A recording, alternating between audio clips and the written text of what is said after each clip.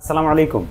দরবেশ খ্যাত সালমান এফ রহমানের কোম্পানি বেক্সিমকো গ্রুপ পাচার করেছে $135 মিলিয়ন, এমনই তথ্য দিয়েছে সিআইডি। বেক্সিমকো গ্রুপ 18টি কোম্পানির মাধ্যমে পণ্য রপ্তানি করে সেই রপ্তানি মূল্য ফেরত না এনেও অন্তত $135 মিলিয়ন পাচার করেছে। এ তথ্য জানিয়েছে পুলিশের অপরাধ তদন্ত বিভাগ সিআইডি। ডিআইজি অর্গানাইজড ক্রাইম অতিরিক্ত আইজিপি পদে পদোন্নতিপ্রাপ্ত কুসুম দেওয়ান এ বিষয়ে গণমাধ্যমকে বলেন, সিআইডির আর্থিক অপরাধ ইউনিট বেক্সিমকোর এই অসঙ্গতিগুলোকে বাণিজ্য ভিত্তিক অর্থ পাচার হিসেবে অভিহিত করেছে এবং ইতোমধ্যেই এ বিষয়ে তদন্ত শুরু করেছে।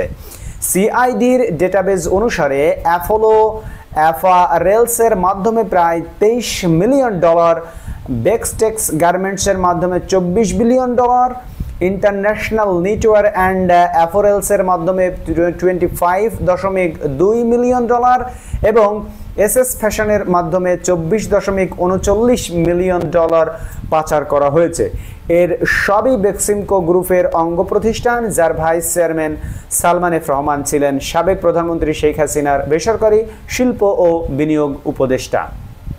সিআইডি ফাইন্যান্সিয়াল ক্রাইম ইউনিটের পরিদর্শক মোহাম্মদ মনিরুজ্জামান জানান, গ্রুপটি পণ্য রফতানির জন্য ক্রেডিট লেটার খুলে 80% মূল্যের বিপরীতে স্থায়ীভাবে ঋণ নিয়েছে, এরপর আর রফতানির অর্থ ফেরত আনেননি এবং ঋণগুলো পরিশোধ করেননি। তিনি বলেন, বেক্সিমকো গ্রুপ এভাবে অর্থ পাচার করেছে।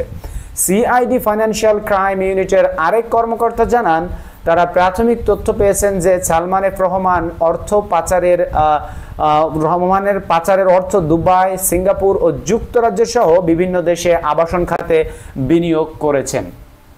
সালমান এফ রহমানের ছেলে আহমেদ শায়ান ফজলুল রহমান সৌদি আরবে একটি বড় ওষুধ কোম্পানি খুলেছেন বলে জানিয়েছেন তদন্ত সংশ্লিষ্ট সিআইডি কর্মকর্তা। সৌদি আরবের ওই কোম্পানির বেশিরভাগ অর্থ বাংলাদেশ থেকে গেছেও বলে জানান তিনি। কুসুম দেওয়ান বলেন, প্রাথমিক তদন্ত শেষ হলে বেক্সিমকো গ্রুপের বিরুদ্ধে অর্থ পাচার আইনে মামলা হবে। প্রাথমিক তদন্তে সিআইডির আর্থিক অপরাধ ইউনিট জানতে পেরেছে, বেক্সিমকো গ্রুপের বিরুদ্ধে গত 15 বছরে 7টি ব্যাংক থেকে জালিয়াতি করে ঋণ নেওয়ার অভিযোগ রয়েছে। ঋণের মধ্যে 5,028 কোটি টাকা নেওয়া হয়েছে আইএফআইসি ব্যাংক থেকে, যার চেয়ারম্যান সালমান এফ রহমান নিজেই। তদন্তের সঙ্গে জড়িত এক সিআইডি কর্মকর্তা জানান, ব্যবসায়িক গ্রুপটি রাষ্ট্রায়ত্ত জনতা ব্যাংকের প্রধান শাখা থেকে অন্তত 21,681 কোটি টাকা ঋণ নিয়েছে। সিআইডির প্রাথমিক তথ্য অনুযায়ী বেক্সিমকো ন্যাশনাল ব্যাংক থেকে 295 কোটি টাকা, সোনালী অগ্রণী ও রূপালী থেকে 5,671 কোটি টাকা এবং এবি ব্যাংক থেকে 605 কোটি টাকা ঋণ নিয়েছে। আর্থিক অপরাধ ইউনিট তাদের ডেটাবেস সংগ্রহের জন্য 7টি ব্যাংকে টিম পাঠিয়েছিল বলে জানিয়েছেন সিআইডির স্পেশাল সুপারিনটেন্ডেন্ট মোহাম্মদ বশির উদ্দিন। সিআইডির প্রাথমিক তদন্তে দেখা গেছে, সালমান এফ রহমানের বিরুদ্ধে বেক্সিমকো গ্রুপের বিভিন্ন কোম্পানির নামে বিদেশে ঋণের অর্থ পাচারের অভিযোগ রয়েছে। এতে বলা হয়েছে, গত 3 বছরে মার্কেট থেকে দৃশ্যমানভাবে প্রায় 6,600 কোটি টাকা হাতিয়ে নেওয়া হয়েছে এবং জালিয়াতির মাধ্যমে 20,000 কোটি টাকা আত্মসাৎ করা হয়েছে। একটি দোকান কর্মচারীকে হত্যা মামলায় গত 13 আগস্ট থেকে পুলিশ হেফাজতে রয়েছেন সালমান এফ রহমান।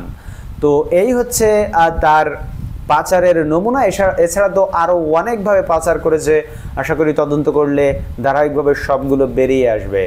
ধন্যবাদ সবাইকে ভিডিওটি দেখার জন্য। বন্ধুরা, আমরা এই ভিডিওটি আপনাদেরকে শেয়ার করেছি ডেইলি যুগান্তর পত্রিকার সৌজন্যে। আপনারা অথেন্টিক খবর পেতে, কোনো ভুয়া খবর না পেতে আমাদের চ্যানেলটিকে সাবস্ক্রাইব করে রাখুন এবং আমাদের ভিডিওতে একটি লাইক দিতে ভুলবেন না। দেখা হবে পরবর্তী কোনো ভিডিওতে, পরবর্তী কোনো খবর নিয়ে, ইনশাআল্লাহ।